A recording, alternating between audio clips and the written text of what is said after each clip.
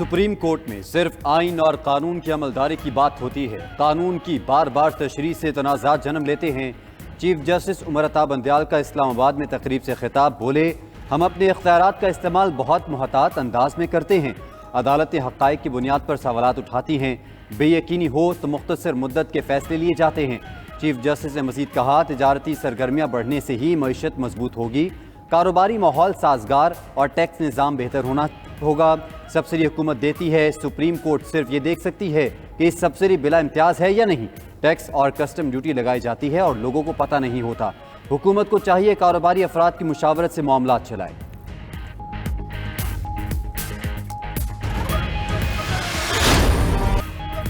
پاکستان اور آئی M F حتمی deal کے قریب پہنچ گئے، جلد باضابطہ اعلان متوقع۔ پاکستان کا فنڈ کا مطالبہ I M F board meeting میں آنے کا امکان۔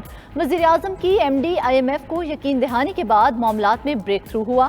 وزارت خزانہ اور آئی ایم ایف حکام کے درمیان 2 روز تک بات چیت اور نئے ڈرافٹ کی تیاری کا عمل جاری رہا۔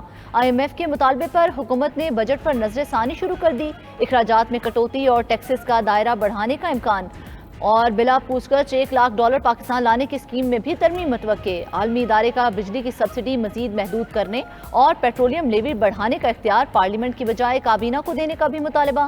وزیر خزانہ اسحاق ڈار کی جانب سے فائنانس بل میں ترامیم کا اعلان کیا جائے گا۔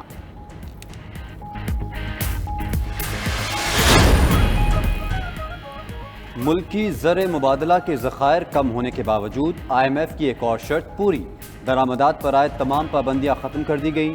اسٹیٹ بینک نے بینکوں کو پابندی ہٹانے کا سرکولر لیٹر جاری کر دیا۔ ہزاروں کنٹینرز ریلیز کرنے کے لیے بینکوں کو زر مبادلہ فراہم کرنے کی اجازت۔ تمام درآمدات کے لیے بلا تفریق زر مبادلہ فراہم ہوگا۔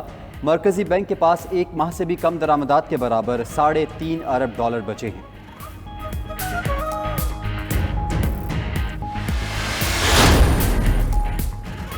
پلاٹ الاٹمنٹ کا ریفرنس، احتساب عدالت لاہور نے سابق وزیر اعظم نواز شریف کو بری کر دیا۔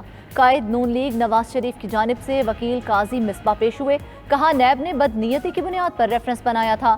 نواز شریف کا پلاٹس کی الاٹمنٹ میں کوئی کردار نہیں اور نہ ہی نئے قانون کے تحت کیس بن سکتا ہے۔ احتساب عدالت کے جج راؤ عبدالجبار نے دلائل سننے کے بعد فیصلہ سناتے ہوئے نواز شریف کو بری کر دیا۔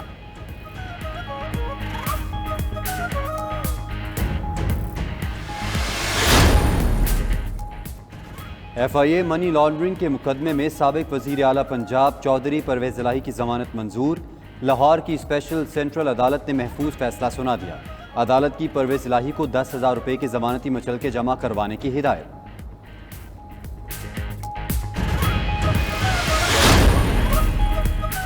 مسلم لیگ نون کی نائب صدر اور چیف آرگنائزر مریم نواز نجی دورے پر دبئی روانہ ہو گئیں۔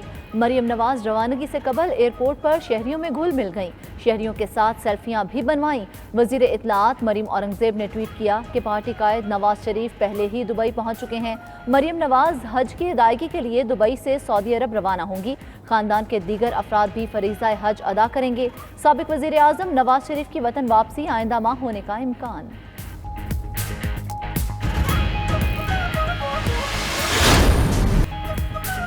ملک میں شدید گرمی اور ہبس کا راج، سورج آگ برسانے لگا۔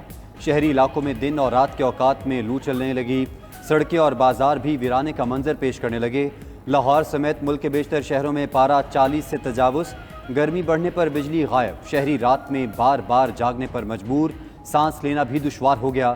بجلی کی طلب بڑھنے پر شارٹ فال 6,500 میگا واٹ سے تجاوز کر چکا۔ بیشتر علاقوں میں 8 سے 10 گھنٹے تک لوڈ شیڈنگ ہونے لگی۔ کراچی میں لوڈ شیڈنگ کا دورانیہ 12 گھنٹے سے بڑھ چکا۔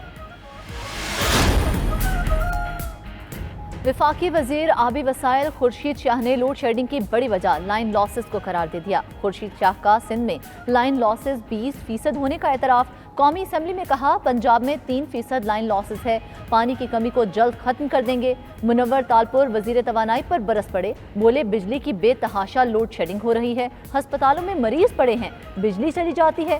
وزیر صاحب سندھ میں گھوم رہے ہیں۔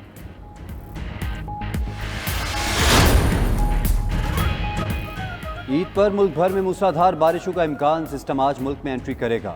کل سے 30 جون تک بالائی اور وسطی علاقوں میں پری مونسون بارشوں کی پیش گوئی۔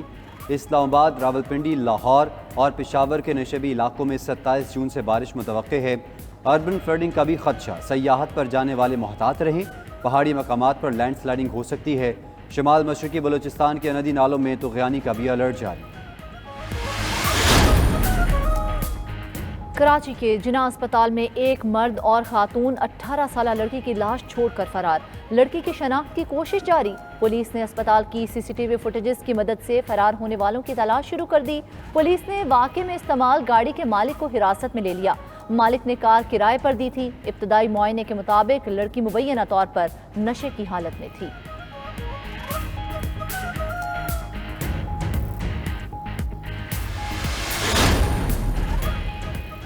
تھانہ کھنہ میں درج کیس، اے ٹی سی نے شاہ محمود قریشی کی ضمانت میں بغیر کارروائی 10 جولائی تک توسیع کر دی۔ جج راجہ جواد عباس کے تبادلے کے بعد نئے جج نے چارج نہیں سنبھالا تھا۔ جناح ہاؤس حملہ کیس میں پیش رفت، یاسمین راشد کی بریت کے خلاف پنجاب حکومت کے امیر لاہور ہائی کورٹ میں سماعت کے لیے مقرر، 2 رکنی بینچ 26 جون کو سماعت کرے گا۔ ادھر بغاوت کیس میں فواد چودھری پر آج فرد جرم عائد نہ ہو سکی، عدم حاضری پر فرد جرم کی کارروائی 7 جولائی تک مؤخر۔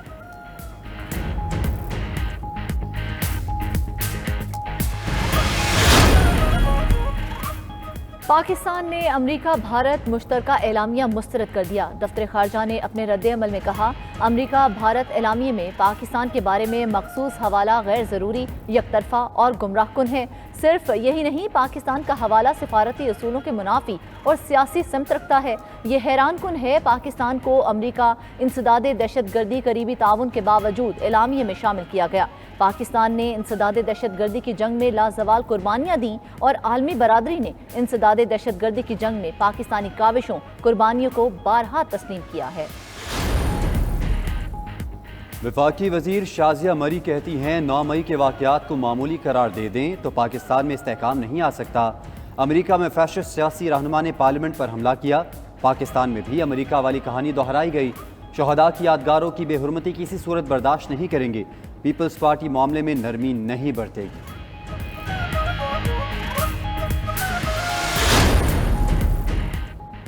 وزیر اعلیٰ بلوچستان کے کوآرڈینیٹرز کا جناح ہاؤس لاہور کا دورہ، وفد کی عسکری تنصیبات پر حملوں کی شدید مذمت، شرپسندوں اور ان کے ماسٹر مائنڈز کو سخت سزائیں دینے کا مطالبہ۔ ادھر 9 مئی کو تیمر گراہ میں نظر آتش کیا گیا frontier court public school and college دوبارہ فعال۔ فرنٹیئر کورٹ نارتھ نے ہنگامی بنیادوں پر کام کیا اور قلیل مدت میں ادارے کو اصل شکل میں بحال کر دیا۔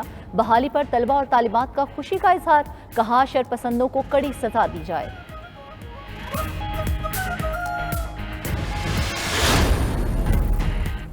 پنجاب حکومت کا جعلی اور ملاوٹی زرعی ادویات کے خلاف مہم جاری رکھنے کا حکم، گندم کی پیداوار بڑھانے کی مؤثر حکمت عملی مرتب کرنے پر اتفاق، زرعی مشینری پر مزید سبسڈی کی تجویز، نگران وزیر اعلیٰ پنجاب محسن نقوی کی زیر صدارت اجلاس۔ محسن نقوی کہتے ہیں جدید تقاضوں کو مد نظر رکھ کر زرعی ترجیحات کا تعین ضروری ہے۔